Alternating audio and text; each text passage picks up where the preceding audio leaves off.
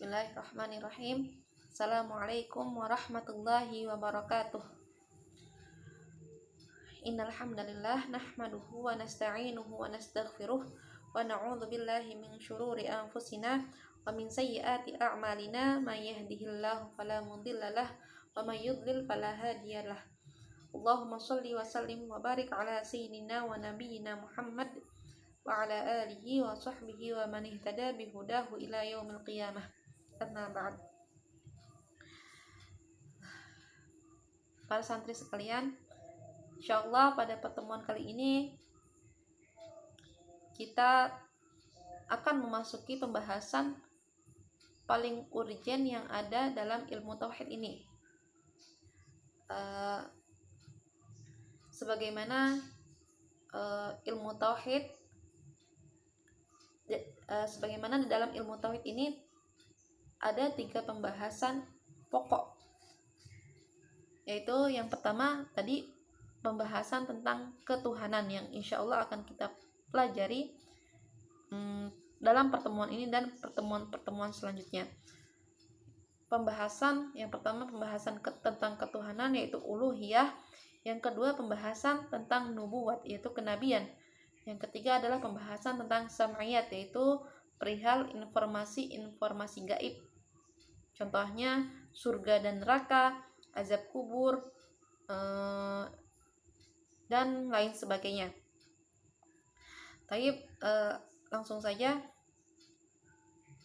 Nabda darsana al-yaum biqiraatil basmalah. Bismillahirrahmanirrahim. Qala al-musannifu rahimahullahu ta'ala nafa'ana bi'ulumihi fid dharaini amin. Fawajibun lahul wujudu wal qidam kada baqa'un la yushabu bil adam wa annahu lima yanalul adamu mukhalifun burhanu hadzal qidamu. Sebelum kita masuk kepada penjelasan 2 bait yang tadi yaitu bait 21 dan 22, di sini harus untuk memudahkan kita memahami ke depannya, harus kita ketahui para ulama membagi atau memetakan sifat-sifat wajib bagi Allah ini ke dalam 4 kategori. Yang pertama ada sifat nafsiyah, yaitu sifat yang menunjukkan keberadaan zat itu sendiri, tidak lebih. Nah, sifat nafsiyah ini adalah yang nantinya menjadi pusat bagi sifat-sifat wajib yang lain atau menjadi sandaran landasan pokok dari sifat-sifat wajib yang lain. Sifat nafsiyah ini hanya satu, yaitu wujud. Kemudian yang kedua ada sifat salbiyah, yaitu sifat yang meniadakan atau menafikan sifat-sifat yang tidak layak ada pada Allah Subhanahu wa taala. Yang ketiga ada sifat ma'ani, yaitu sifat-sifat yang menunjukkan adanya kesempurnaan dalam zat Allah Subhanahu wa taala. Contohnya adalah sifat ilmu bagi Allah. Yang ketiga yang keempat adalah sifat ma'nawiyah, yaitu sifat yang menunjukkan atau sifat akibat dari konsekuensi logis dari adanya sifat ma'ani. Contohnya tadi kan sifat ma'ani ini adalah sifat ilmu. Allah memiliki sifat ilmu, maka wajib bagi Allah alim, yaitu maha mengetahui. Taib. Langsung saja kita masuk kepada pembahasan yang pertama, yaitu fawajibun lahul wujud. Wajib bagi Allah itu wujud. Wujudnya Allah ini wajib. Wujud itu ada ya. Adanya Allah ini wajib. Sebelumnya wujud itu atau ada wujud itu ada dua macam. Ada yang dia itu wajibul wujud, wujudnya itu wajib ada yang dia mungkinul wujud, wujudnya itu sifatnya mungkin atau adanya itu mungkin, bisa ada bisa tidak ada. Nah, uh, yang mungkinul wujud, yang wujudnya ini bisa ada, yang adanya ini bisa ada dan bisa tidak ada, itu seperti alam semesta, dan juga seperti kita tadinya yang kita sebelum dilahirkan ini tidak ada menjadi ada. Nah, itu kita bersifat mungkin. Adanya kita ini ya mungkin ada, mungkin tiada. Nah, ketika sesuatu yang mungkin ini, yang mungkin ada dan mungkin tiada ini, ia itu membutuhkan kepada sesuatu yang adanya itu independen atau adanya itu wajib.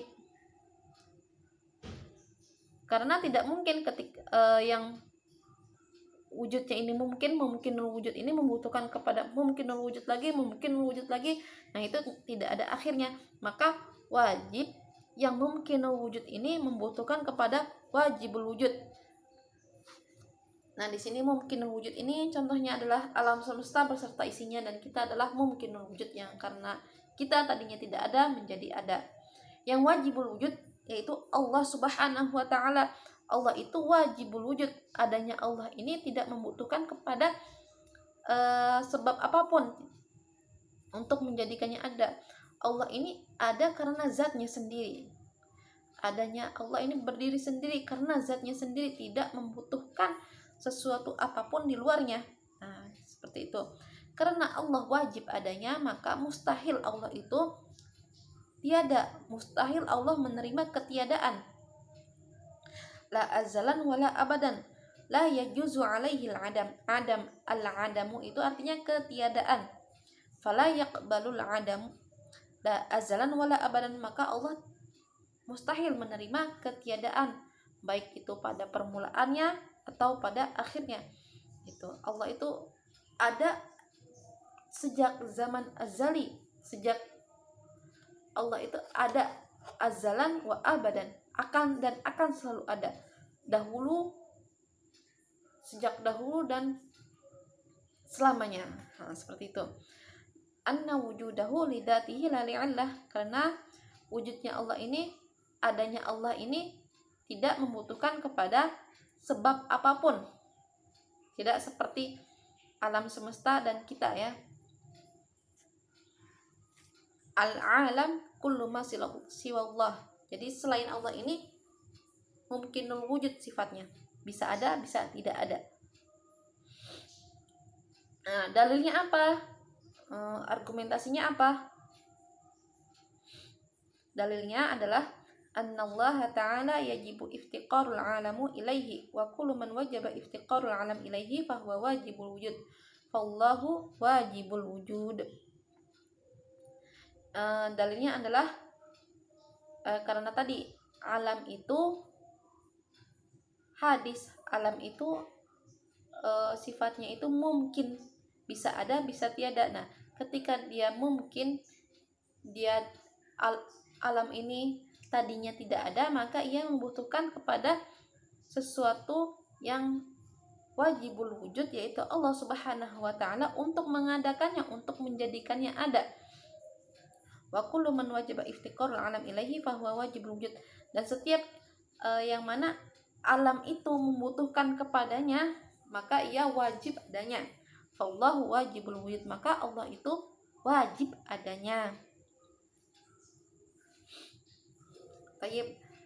Itu tadi ketika Allah wajibul wujud, wajib adanya, Allah itu wajib adanya, maka mustahil Allah menerima sifat ketiadaan.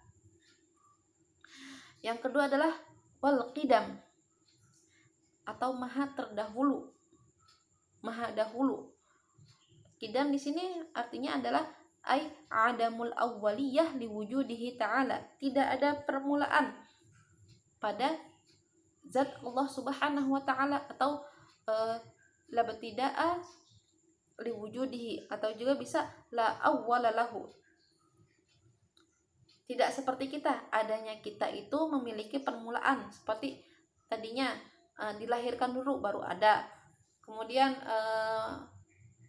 alam semesta tadinya tidak ada, kemudian diciptakan. Nah, itu menunjukkan adanya suatu permulaan. Berbeda dengan Allah. Allah itu adanya tanpa permulaan. Adamul awwaliyah atau labtida'a li wujudihi. Tidak memiliki permulaan pada zatnya, pada wujudnya. Maka Allah bersifat qidam. Nah, ketika Allah bersifat qidam, mustahil Allah bersifat hadis. Hadis di sini artinya apa? Hadis di sini artinya adanya ia dari ketiadaan, wujuduhu ba'dal adam. Adanya itu dari ketiadaan atau setelah ketiadaan. Contohnya adalah alam semesta, tadinya tidak ada menjadi ada. Contohnya adalah kita sendiri, tadinya tidak ada menjadi ada. Maka kita ini bersifat hadis baru. Nah, ketika Allah ini bersifat qidam, mustahil Allah bersifat hadis. Dalilnya apa? Argumentasinya apa? Annahu law lam yakun qadiman lakana hadithan walau kana hadithan laftaqara ila muhdits fayalzam ad-daur wa tasalsul wa kullu minhuma muhalun. Jadi di sini hadisnya lagi dalilnya, jika Allah Subhanahu wa taala tidak memiliki sifat qadim, maka pasti ia bersifat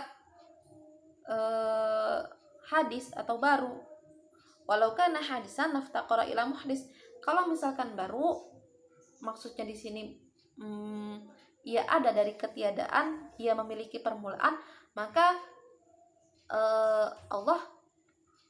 ia sendiri, zat itu sendiri memerlukan atau membutuhkan kepada muhdits, sesuatu yang menjadikannya ada.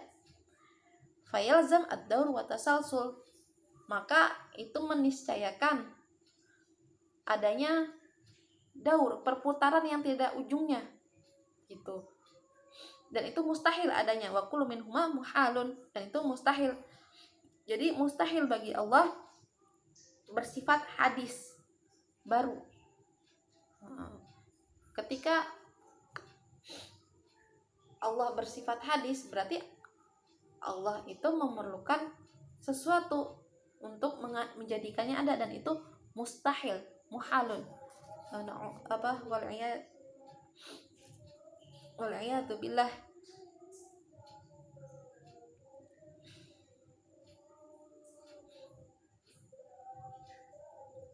Taib.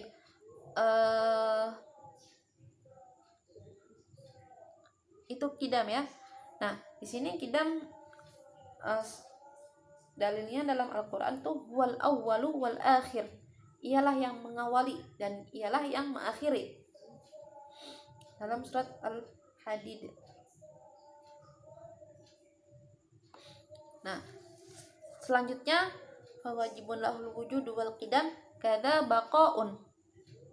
Allah juga wajib bersifat baqa. Nah, kalau tadi qidam itu tidak memiliki permulaan, liwujudihi ta'ala, adamul awwaliyah liwujudihi ta'ala. Kalau baqa adamul akhiriyah liwujudihi ta'ala. Jadi adanya Allah ini tidak memiliki akhir. Tidak memiliki akhir. Ya, ada terus gitu.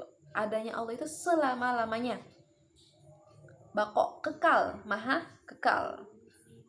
Wa daliluhu, dan dalilnya adalah annahu ta'ala yajibu alaihi al-baqa fayastahilu alaihi al-adam la yushabu bil adam ay la yakhlitu bil adam ay bijawazil adam.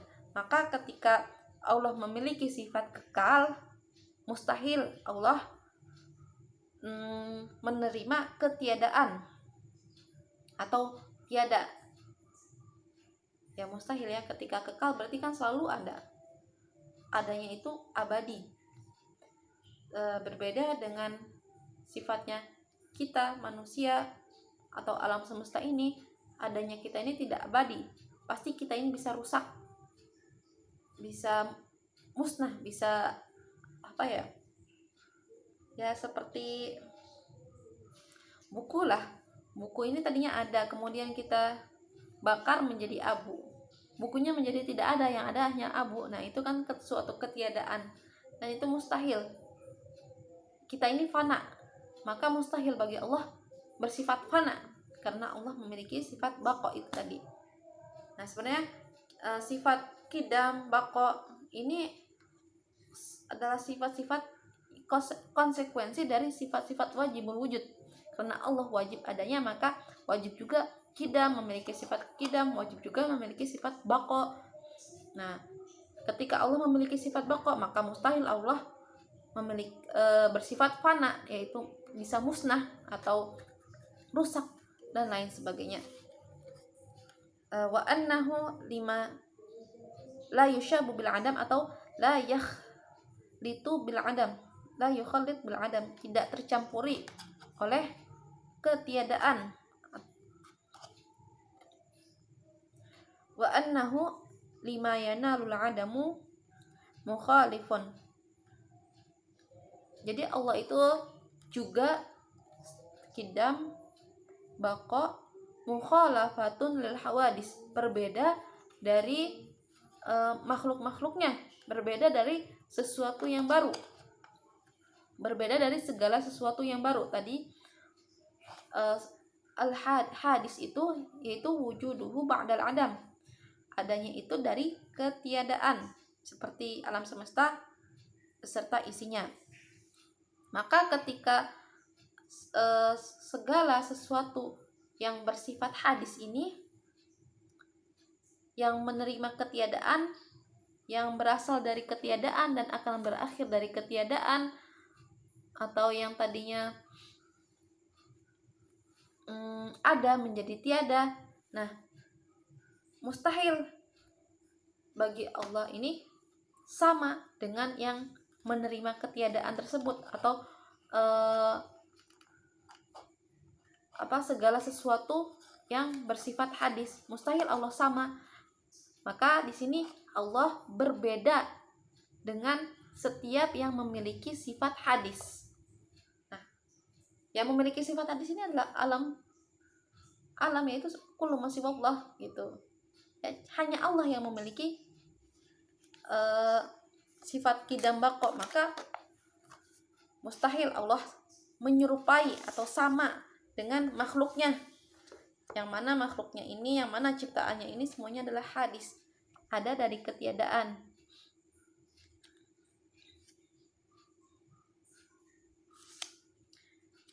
Mukhalifun ayyul hawadis allati yalhaquha al-adam, yajibu annahu ta'ala mukhalifun lil hadis allati yanaluhu al-adam. Jadi wajib bagi Allah ini berbeda dari sesuatu yang baru, segala sesuatu yang baru. Yang mana segala sesuatu yang baru ini itu menerima ketiadaan.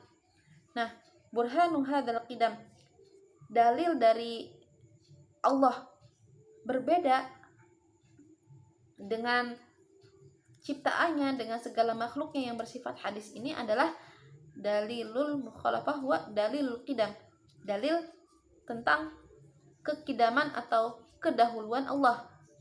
Maksudnya gimana? Annahu law lam yakun mukhalifan lil hawadis lakana mumathilan laha. Jadi Allah itu kalau misalkan jika Allah tidak berbeda dengan segala sesuatu yang baru, lakana mumathilan laha, pasti ia sama, sebanding dengan yang baru itu. Walau kana kadzalik lakana hadisan, kalau ia sama dengan yang hadis ini, yang segala sesuatu yang berhubungan dengan ketiadaan ini, maka dia pasti hadis. Maka Allah ini pasti hadis, dan itu mustahil Allah bersifat hadis. Nah, itu tadi telah kita batalkan, mustahil Allah bersifat hadis. Jadi sebagaimana secara akal ya, yang menciptakan itu pasti berbeda dengan yang diciptakan. Maka Allah itu berbeda dari segala ciptaannya. Dan apapun yang ada dalam benak kita tentang Allah itu berbeda. Gitu. La ya'lamullaha illallah. Jadi tidak ada yang mengetahui Allah secara apa ya? Tidak ada yang mengetahui zat Allah kecuali Allah itu sendiri, gitu. Allah itu kecuali Allah.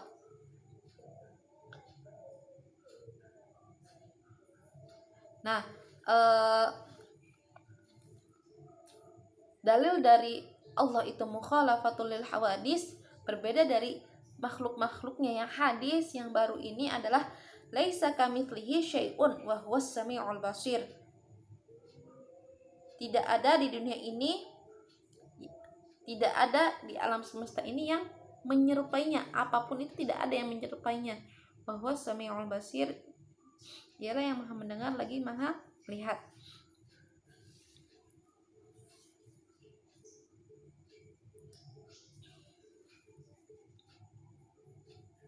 Taib itu tadi mungkin sampai sini dulu pembahasan kita. Berarti ada 4 sifat yang telah kita bahas, yaitu wujud, qidam, baqa, dan mukhalafatul lil hawadis. Nah, di sini Allah wajib adanya. Wajib adanya maksudnya adalah adanya Allah ini tidak membutuhkan kepada sebab apapun yang menjadikannya ada. Dan qidam, Allah wajib bersifat dahulu, maha dahulu. Maha dahulunya di sini adalah ia tidak memiliki permulaan dalam zatnya. Kada baqaun, Allah bersifat kekal. Allah maha kekal. Kekal di sini berarti Allah tidak memiliki akhir. Tidak memiliki akhir. La yusyabu bil adam. La yusyabu bil adam, yang mana wujud qidam baqa ini tidak menerima, tidak tercampuri oleh ketiadaan, seperti sifat-sifat yang ada pada diri kita yang tadinya tidak ada menjadi ada. Wa annahu lima yanalul adam mukhalifun burhanu hadal qidam. Allah bersifat Allah memiliki sifat mukhalafatul hawadis, berbeda dengan ciptaannya, yaitu segala sesuatu yang hadis, yang baru. Yang mana tadi hadis itu adalah wujuduhu ba'dal adam, yang mana adanya itu dari ketiadaan. Wa annahu lima yanalul adam. Jadi apapun yang ia menerima ketiadaan, mukhalifun, pasti berbeda dengan Allah Subhanahu wa taala. Dalilnya adalah dalil qidam tadi. Taib hadam ini, jika ada yang mungkin kurang jelas bisa ditanyakan ya nanti di grup.